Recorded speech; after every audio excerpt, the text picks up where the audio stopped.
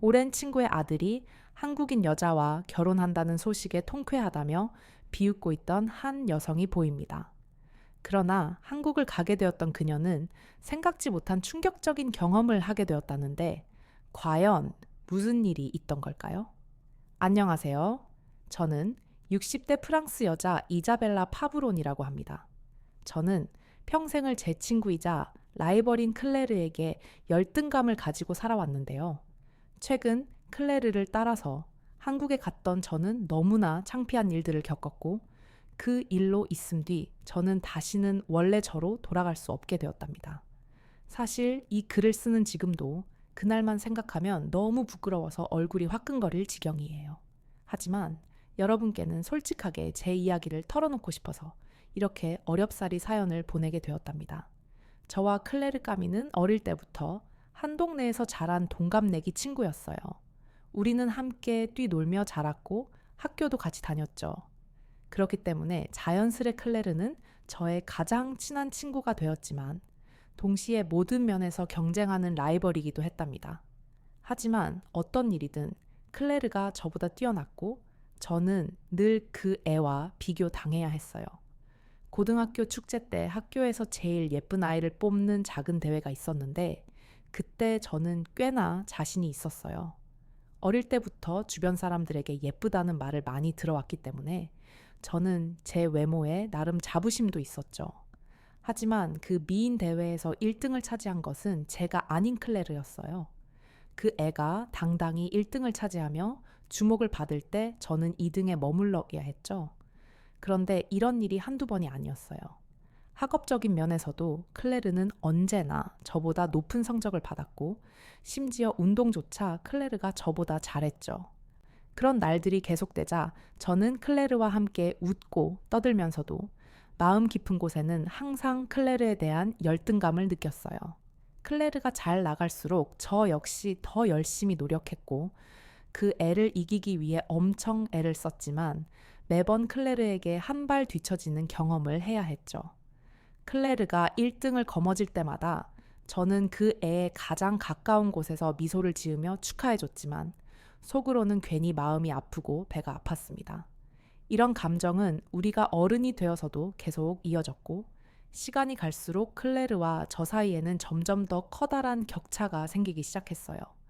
항상 우수한 성적을 받던 클레르는 당연하게도 명문대에 진학했고 그곳에서 새로운 사람들을 만나며 자신의 세계를 넓혀갔죠. 반면에 저는 대학에 합격하지 못했고 그저 평범한 시골 아가씨로 살아가야 했어요. 클레르의 삶은 휘황찬란하게 빛나고 있었지만 그 애가 내뿜는 빛에 가려진 저는 어둠 속에 머물며 점점 움츠러들었죠. 어느 날부터인가 저는 클레르 앞에만 서면 제 자신이 한없이 초라하게 느껴져서 견딜 수가 없었어요. 그래도 다행히 시간이 지나면서 저는 클레르와 저 스스로를 비교하는 것을 멈추고 나름대로 제 삶에 집중하게 되었어요. 그 무렵 저는 지금의 남편을 만나 결혼했고 그의 사랑을 받으면서 뿌리 깊었던 열등감도 조금씩 사라지는 것 같았죠. 저도 이제는 가정을 꾸렸으니 클레르의 빛나는 삶에 더 이상 연연하지 않으려 했고 그저 제 행복에 집중하려 했답니다. 그런데 무슨 운명의 장난이었을까요? 클레르와 저는 같은 해에 아들을 낳게 되었어요. 그러자 한동안 잠잠했던 제 안에 열등감이 다시 고개를 들기 시작했죠. 클레르의 아들, 앙리는 엄마를 닮았는지 어려서부터 영리했어요. 반면에 제 아들 폴은 천천히 자라고 배워가는 과정도 더뎠죠. 걷기도 말하기도 모든 면에서 제 아들보다 앞서 나가는 클레르의 아들을 보면서 저는 끔찍한 질투심과 자괴감을 느꼈어요. 어린 아이들을 상대로 이런 감정을 느끼는 제가 참으로 한심했고 이렇게 못나게 굴지 않으려 몇 번이나 마음을 다잡아 보았지만 그게 참 쉽지 않더군요. 클레르의 아들이 무엇을 잘 해내는 모습을 볼 때마다 저도 모르게 마음이 쓰였죠. 클레르와 저 사이에 마치 보이지 않는 선이 그어져 있는 듯했고 결국 저는 일평생 클레르와 그녀의 아들을 향한 열등감을 품고 살게 되었답니다. 그러던 어느 날 클레르의 아들이 결혼을 한다는 소식이 들려오며 상황이 달라지기 시작했어요. 처음에 그 소식을 들었을 때 제 머릿속에 떠오른 생각은 클레르의 아들이 또 얼마나 잘난 여자를 만났으려나였어요. 늘 완벽한 삶을 살아온 클레르와 그녀의 아들이었으니 당연히 결혼 상대도 그에 걸맞은 사람일 거라고 생각했죠. 하지만 곧이어 저는 클레르 아들이 고작 한국 여자와 결혼한다는 것을 알게 되었고 그 순간 저는 저도 모르게 비웃음을 흘렸답니다. 클레르가 그렇게 자랑스러워했던 아들이 고작 한국 여자와 결혼한다니 이건 정말 뜻밖의 희소식이었어요. 클레르의 완벽했던 삶에 작게나마 흠집이 생긴 것이었으니까요. 당시 저는 한국을 가난하고 낙후된 나라라고 생각하고 있었고 클레르의 아들이 그런 나라 출신과 결혼한다는 것은 제게 어떤 승리감을 느끼게 했죠. 그동안 그렇게 잘난 척을 하더니 결국 한국같이 못 사는 나라의 여자를 며느리로 맞이하게 된 클레르를 보며 저는 통쾌한 웃음을 짓지 않을 수 없었답니다. 클레르도 결국은 나와 비슷한 처지가 되는구나. 그런 생각이 들자 제 마음은 한결 가벼워졌어요. 언제나 완벽해 보였던 클레르의 인생이 이제는 저와 비슷한 수준으로 내려앉았다는 생각에 저는 삐뚤어진 행복을 느꼈죠. 클레르는 아들의 결혼 때문에 당분간 한국에 가 있겠다고 했는데 저는 얼른 클레르가 프랑스로 돌아오기만을 기다렸어요. 하루라도 빨리 클레르의 일그러진 얼굴을 보고 싶었거든요. 별 볼 일 없는 한국 며느리를 맞이한 클레르가 어떤 표정을 지을지 상상만 해도 웃음이 나왔죠. 그런데 상황이 이상하게 흘러가기 시작했습니다.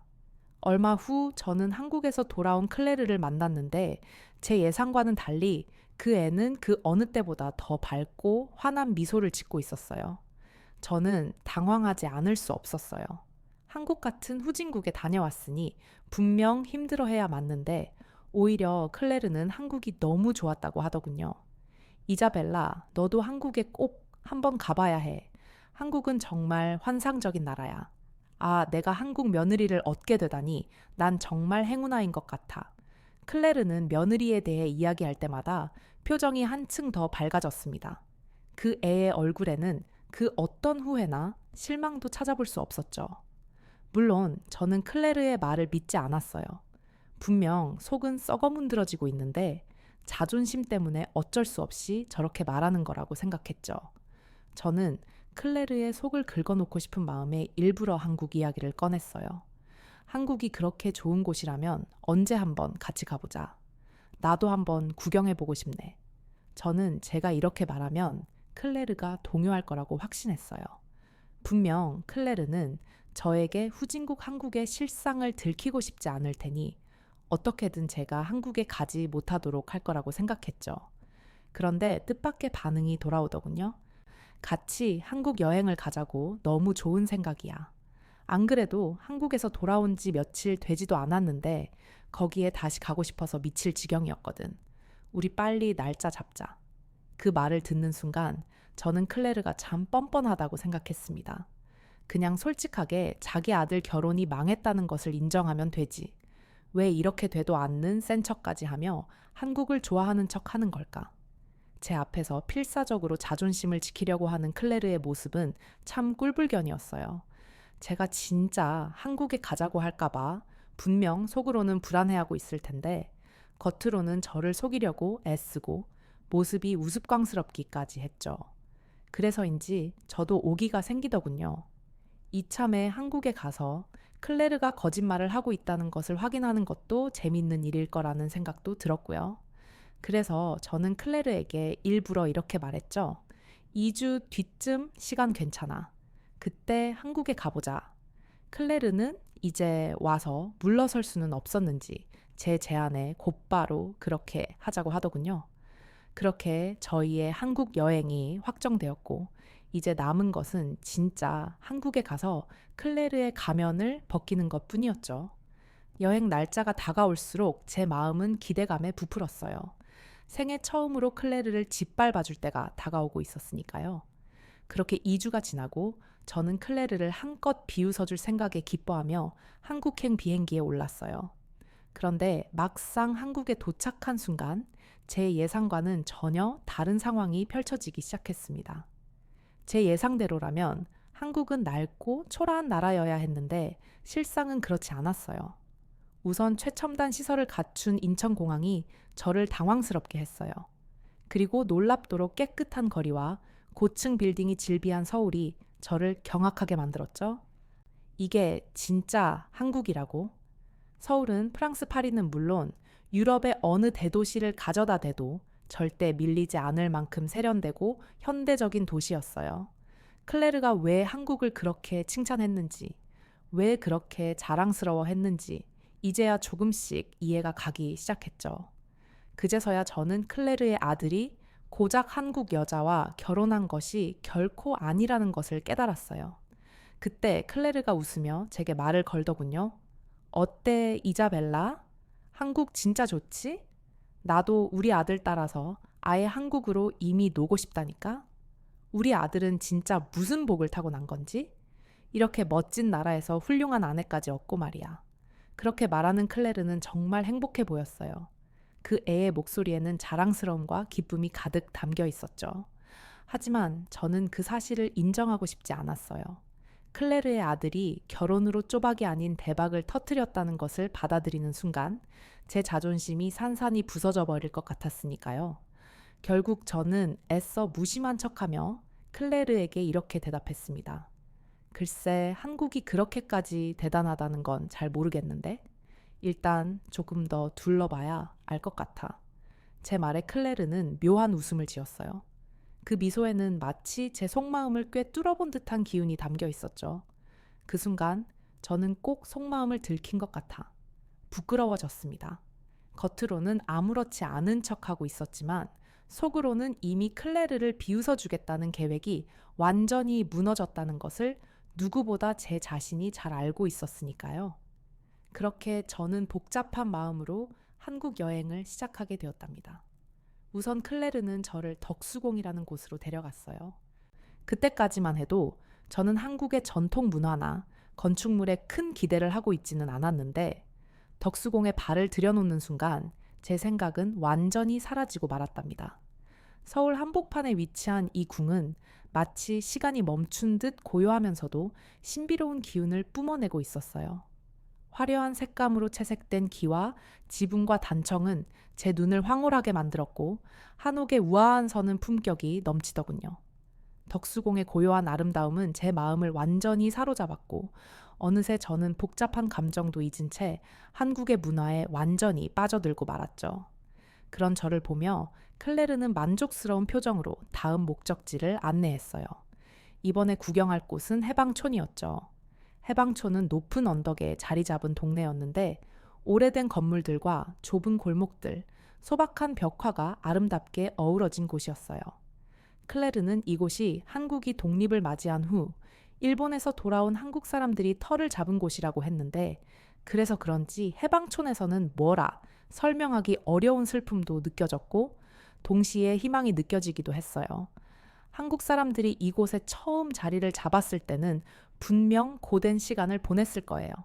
식민지를 겪으며 마음의 상처도 아직 치유되지 않았을 테니까요. 저는 그들의 슬픔이 얼마나 깊었을지 또 그 아픔이 얼마나 컸을지 생각하며 마음이 무거워졌습니다. 하지만 계속해서 해방촌을 걷다 보니 저는 놀라운 사실을 알게 되었어요. 한국인들은 슬픔에 머무르기보다는 그 속에서 희망을 찾고자 했고 해방촌은 한국인의 그런 의지가 담긴 곳이라는 것을 말이죠.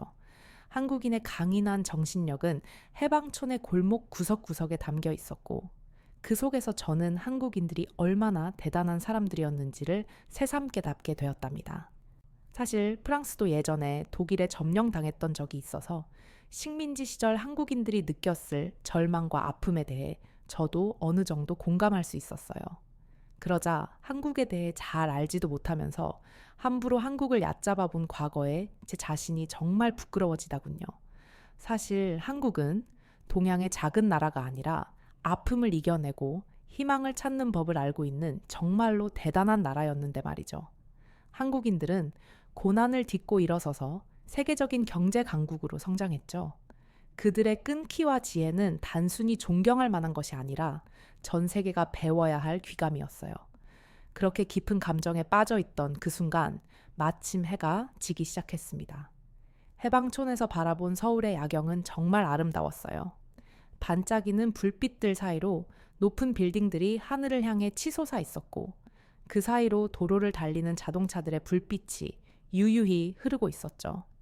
저는 그 풍경을 보며 한국이 걸어온 길이 얼마나 놀라운지를 다시 한번 느꼈답니다. 이곳은 단순한 대도시가 아니라 수많은 사람들의 꿈과 노력, 그리고 그들이 일궈낸 성과가 집약된 곳이었어요.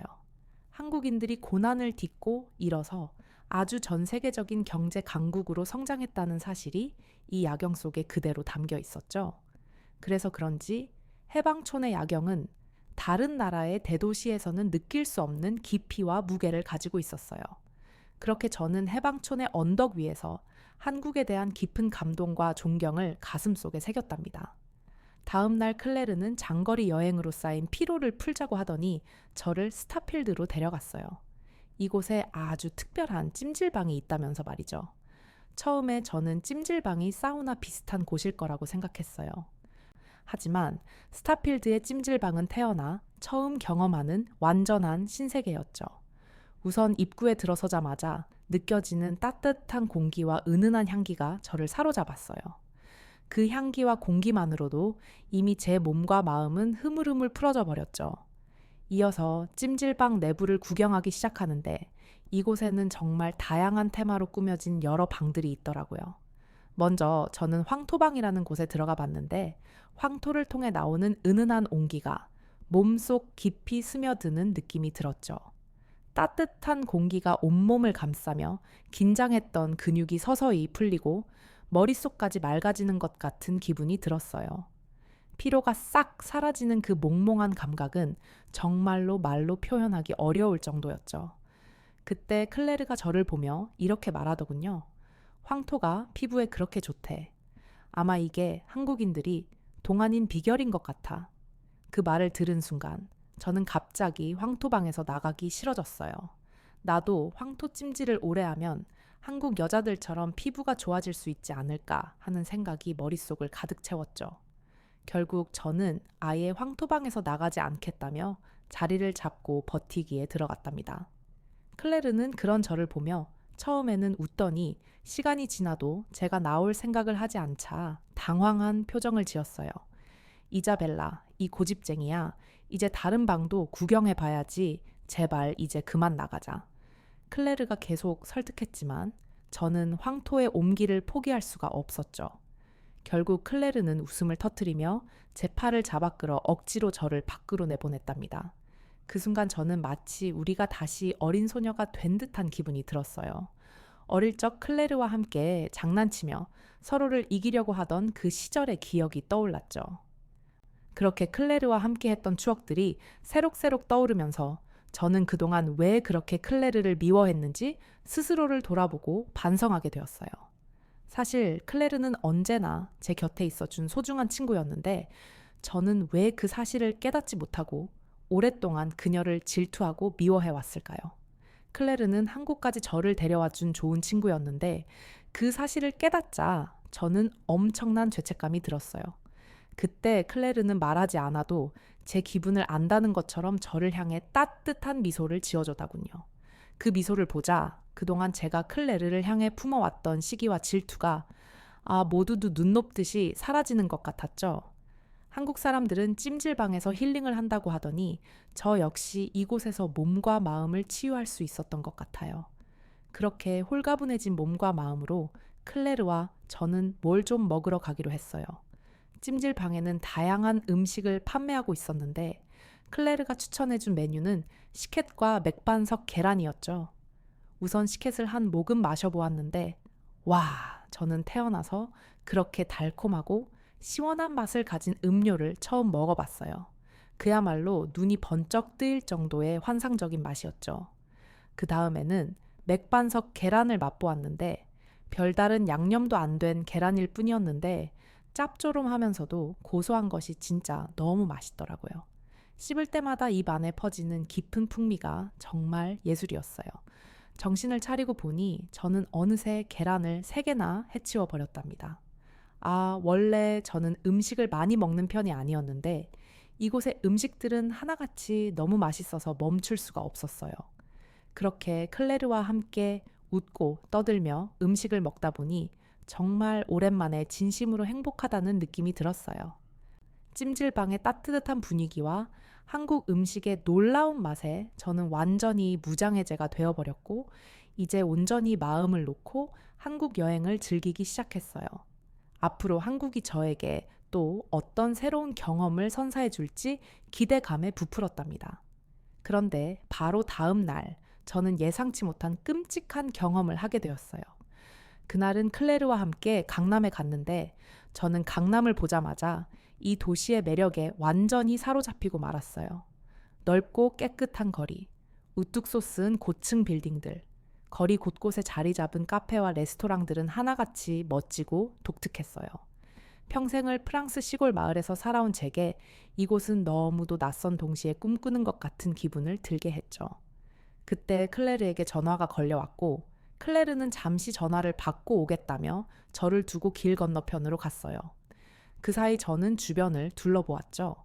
어차피 클레르는 금방 돌아올 테니 그동안 나는 이 멋진 거리를 구경이나 하고 있자라고 생각하면서요. 그렇게 저는 이곳저곳을 두리번거리며 천천히 걷기 시작했습니다. 그러다 문득 목이 말라 음료수를 사려고 지갑을 꺼내려 했는데, 글쎄 지갑이 사라져버린 게 아니겠어요? 순간 머릿속이 하얘진 저는 서둘러 가방을 뒤지기 시작했어요. 하지만 가방 어디에도 지갑은 보이지 않았죠. 저는 너무 당황스러웠어요. 지갑 안에는 돈뿐만 아니라 신분증, 신용카드, 심지어 호텔키까지 들어있었거든요. 어떻게 해야 할지 몰라 발만 동동 구르다가 결국 저는 지갑을 찾기 위해 주변을 사사치 뒤지기 시작했어요. 여태까지 걸어온 길을 되짚어보며 이리저리 살피는 동안 저는 속으로 별별 생각을 다 했답니다. 혹시 누가 내 지갑을 이미 주워갔으면 어떻게 하지? 언어도 제대로 통하지 않는 이 낯선 나라에서 만약 끝까지 지갑을 찾지 못한다면 어떻게 해야 할까? 설마 앞으로 남은 여행 기간 내내 이 문제를 해결하느라 고생하게 되는 건 아니겠지? 그런 생각이 들자 손바닥에 땀이 배어 나오기 시작했고, 저는 당장이라도 눈물이 터질 것만 같았어요. 그렇게 절망에 빠져 있던 순간 길 위에 무심히 떨어져 있는 지갑 하나가 제 눈에 들어왔어요. 저는 즉시 그 지갑을 향해 달려갔죠. 두근거리는 마음으로 지갑을 확인해 보니 다행히 그것은 제 지갑이 맞았어요. 생각해 보니 아까 클레르와 함께 거리를 걸어 다니며 정신없이 셀카를 찍었는데 그 사이 지갑을 떨어뜨린 모양이었어요. 안도에 한숨을 내쉬며 지갑을 열어보니 신분증과 신용카드, 현금까지 어느 것 하나 없어지지 않은 채로 그대로 있더군요. 사실 지갑 안에 내용물을 다 털리고 빈 지갑만 찾았어도 운이 좋은 것인데, 이렇게 고스란히 지갑을 되찾게 되자 정말 기분이 좋았죠. 프랑스에는 좀도둑이 워낙 많아서 이런 행운을 기대하기 힘들었을 텐데, 한국 사람들은 인품이 정말 훌륭하다는 생각이 들면서 제 얼굴에는 기쁨의 미소가 저절로 지어졌어요. 하지만 기쁨도 잠시 끔찍한 깨달음이 저를 찾아왔답니다. 그건 바로 지금 제가 어디에 있는 것인지 모르겠다는 사실이었죠. 정신없이 지갑을 찾으며 돌아다니다 보니 그만 길을 잃게 된 것이었어요. 당황한 저는 우선 휴대폰을 꺼내서 클레르에게 전화를 걸기로 했어요. 하지만 아직 통화 중인지 전화 연결음만 길게 올릴 뿐 클레르는 전화를 받지 않았어요. 마음이 급해진 저는 서둘러 전화를 끊은 뒤 다시 한번 전화 연결을 시도했죠. 그런데 그 순간 배터리가 다 닳아버려 휴대폰이 꺼지는 게 아니겠어요. 순간 제 머릿속이 하얘졌어요. 낯선 나라, 낯선 도시에 혼자 남겨진 저는 어디로 가야 할지, 누구에게 도움을 청해야 할지 전혀 알 수 없었죠. 결국 제 눈에서는 닭똥 같은 눈물이 흐르기 시작했습니다. 그때 마침 지나가던 한 젊은 한국 남자가 저를 발견하더니 왜 울고 있냐고, 무슨 일이 있냐고 영어로 물어보더군요. 그 순간 저는 그 남자가 마치 구세주처럼 느껴졌답니다. 저는 눈물로 범벅이 된 얼굴로 손짓발짓을 하며 겨우 현재 상황을 설명했죠. 그러자 그 남자는 안심하라는 듯 부드러운 미소를 짓더니 자신의 가방을 뒤적이더군요. 잠시 후 그 안에서는 휴대폰 보조 배터리가 나왔죠. 그렇게 그는 제 휴대폰을 충전해주며 이제 다 잘 될 테니 걱정하지 말라고 하며 저를 안심시켰어요. 그의 다정한 목소리에 저는 점점 마음이 안정되기 시작했죠. 곧이어 제 휴대폰이 다시 켜졌고 저는 바로 클레르에게 전화를 걸었어요. 클레르는 갑자기 사라진 저 때문에 많이 놀란 듯 다급한 목소리로 전화를 받더니 저에게 지금 어디 있냐고 물었죠. 하지만 제가 할 수 있는 답은 잘 모르겠다는 것 뿐이었어요. 저는 정말 여기가 어디인지 몰랐으니까요. 그렇게 제가 난감해하고 있자 옆에 있던 한국 남자가 조용히 손을 내밀며 자기에게 전화를 넘겨달라고 했어요. 저는 얼떨결에 그에게 전화를 건넸고 그때부터는 모든 일이 너무 쉽게 해결되기 시작했답니다. 그는 클레르와 몇 마디 주고받더니 친절하게도 저를 클레르가 있는 곳까지 데려다 주겠다고 했고 이 남자의 도움으로 저는 클레르와 무사히 재회할 수 있었죠. 저에게는 이 순간이 정말 기적처럼 느껴졌어요. 불과 조금 전까지만 해도 저는 눈물 콧물을 흘리며 절망하고 있었는데 지금은 거짓말처럼 모든 문제가 해결되었으니까요. 만약 그가 아니었다면 이 낯선 곳에서 저 혼자 얼마나 헤매고 다녔을까 생각하니 정말 아찔했죠. 저는 진심을 담아 이 한국 남자에게 감사의 인사를 건넸어요. 그러자 이 남자는 별것 아니라는 듯 쑥스럽게 웃으며 한국에서는 서로 돕는 게 당연한 일이라고 하더군요. 살해를 하겠다고 해도 그는 한사코 됐다고 손사래를 치며 여행 잘하세요 라는 말만 남긴 채 떠나버렸죠. 그 순간 저는 한국인의 따뜻함과 친절함에 다시 한번 감동을 받았어요. 한국은 정말 유토피아 같다는 생각도 들었죠. 그날 밤 호텔에 도착해 침대에 몸을 눕히니 오늘 있었던 일들이 다시 한번 머릿속에 떠오르더군요. 생각해보니 잃어버렸던 지갑을 고스란히 찾을 수 있었던 것도 지금 이렇게 무사히 호텔에 있을 수 있는 것도 다 한국인의 정직함과 다정함 덕분이라는 생각이 들었어요.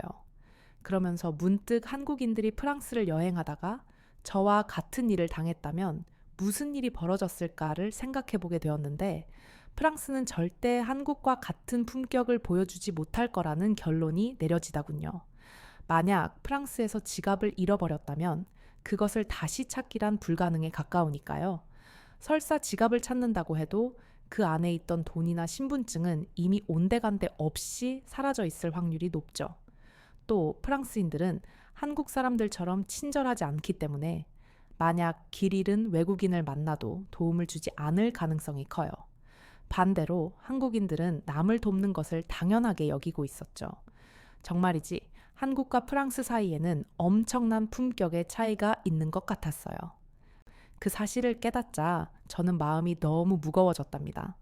사실 제가 한국에 온 것은 후진국 한국을 깎아내리며 클레르의 자존심을 뭉개기 위해서였는데 한국은 그런 저의 못난 마음을 꿰뚫어 본 듯 오히려 저를 따뜻하게 감싸주었죠. 저는 제 자신이 너무 부끄러웠어요. 한국은 비록 프랑스보다 영토는 작지만 더 큰 마음을 가진 위대한 나라였죠. 한국이 보여준 넓은 마음과 따뜻함은 제게 큰 교훈을 주었어요. 저는 이번 한국 여행을 전환점으로 삼아 더 나은 사람이 되기로 결심했답니다. 프랑스로 돌아온 지금도 제 마음속에는 여전히 한국에 대한 존경과 애정이 가득해요. 한국에서 느꼈던 따뜻함을 떠올릴 때마다 제 마음은 뭐라 설명할 수 없는 충만함으로 가득 채워지죠. 그러면서 요즘은 이런 생각도 하게 되었어요. 내 아들도 클레르 아들처럼 한국 여자와 사귀었으면 너무 좋겠는데 라는 생각 말이죠. 따뜻한 마음씨를 가진 한국인 며느리 덕에 클레르의 집안에는 언제나 웃음이 가득했고 그 모습을 보면서 저도 그런 행복을 누리고 싶다는 생각이 들었어요. 제 아들도 한국 여성과 인연을 맺을 수 있다면 그것만큼 기쁜 일이 없을 것 같아요. 사실 이렇게 사연을 쓰는 것도 한국과의 인연을 이어가고 싶어서랍니다. 한국은 제게 인생의 새로운 시작을 열어준 곳이니까요. 또 저에게 진정한 치유와 깨달음을 안겨준 나라이기도 하죠. 이 글을 통해서라도 저와 한국 사이에 인연이 끊어지지 않고 계속해서 이어지기를 바라는 마음입니다. 그런 제 바람이 하늘에 닿은 것인지 얼마 전 파리에서 올림픽이 개최되며 프랑스와 한국이 가까워질 수 있는 기회가 생겼었죠. 그때 저는 참 설레었어요. 양국이 더 가까워질 수 있는 특별한 순간이 될 것이라고 믿어 의심치 않았거든요. 하지만 현실은 제 기대와 너무나 달랐습니다. 무능한 프랑스 정부가 올림픽을 제대로 준비하지 못해 여러 가지 문제가 발생하면서 저의 기대는 모두 수포로 돌아가고 말았죠. 저는 차마 한국 사람들 앞에서 얼굴을 들지 못할 정도로 부끄러웠어요. 한국은 저에게 감동과 영감을 주었고 제가 새로운 삶을 시작할 수 있게 도와주었는데 프랑스는 한국인들에게 실망만 안겨주었다는 사실이 너무도 참기 어려웠죠. 지금 제 이야기를 듣고 계신 한국 여러분, 부디 넓은 마음으로 프랑스의 실수를 용서해 주시기를 부탁드려요. 저부터라도 한국을 본받아 프랑스가 더 나은 나라가 될 수 있도록 최선을 다해 노력할게요. 부디 한국인 여러분들이 프랑스를 예쁘게 봐주시기를 바라며 저의 이야기는 이만 마치도록 하겠습니다. 네, 오늘 사연 여기까지입니다. 한국에 대해서 잘 모르는 분들이 한국의 옛 모습만 생각하고 오해하는 사람들이 참 많다는 생각이 들었어요. 뒤늦게라도 한국을 경험하고 진정한 한국을 알게 되어서 다행이네요.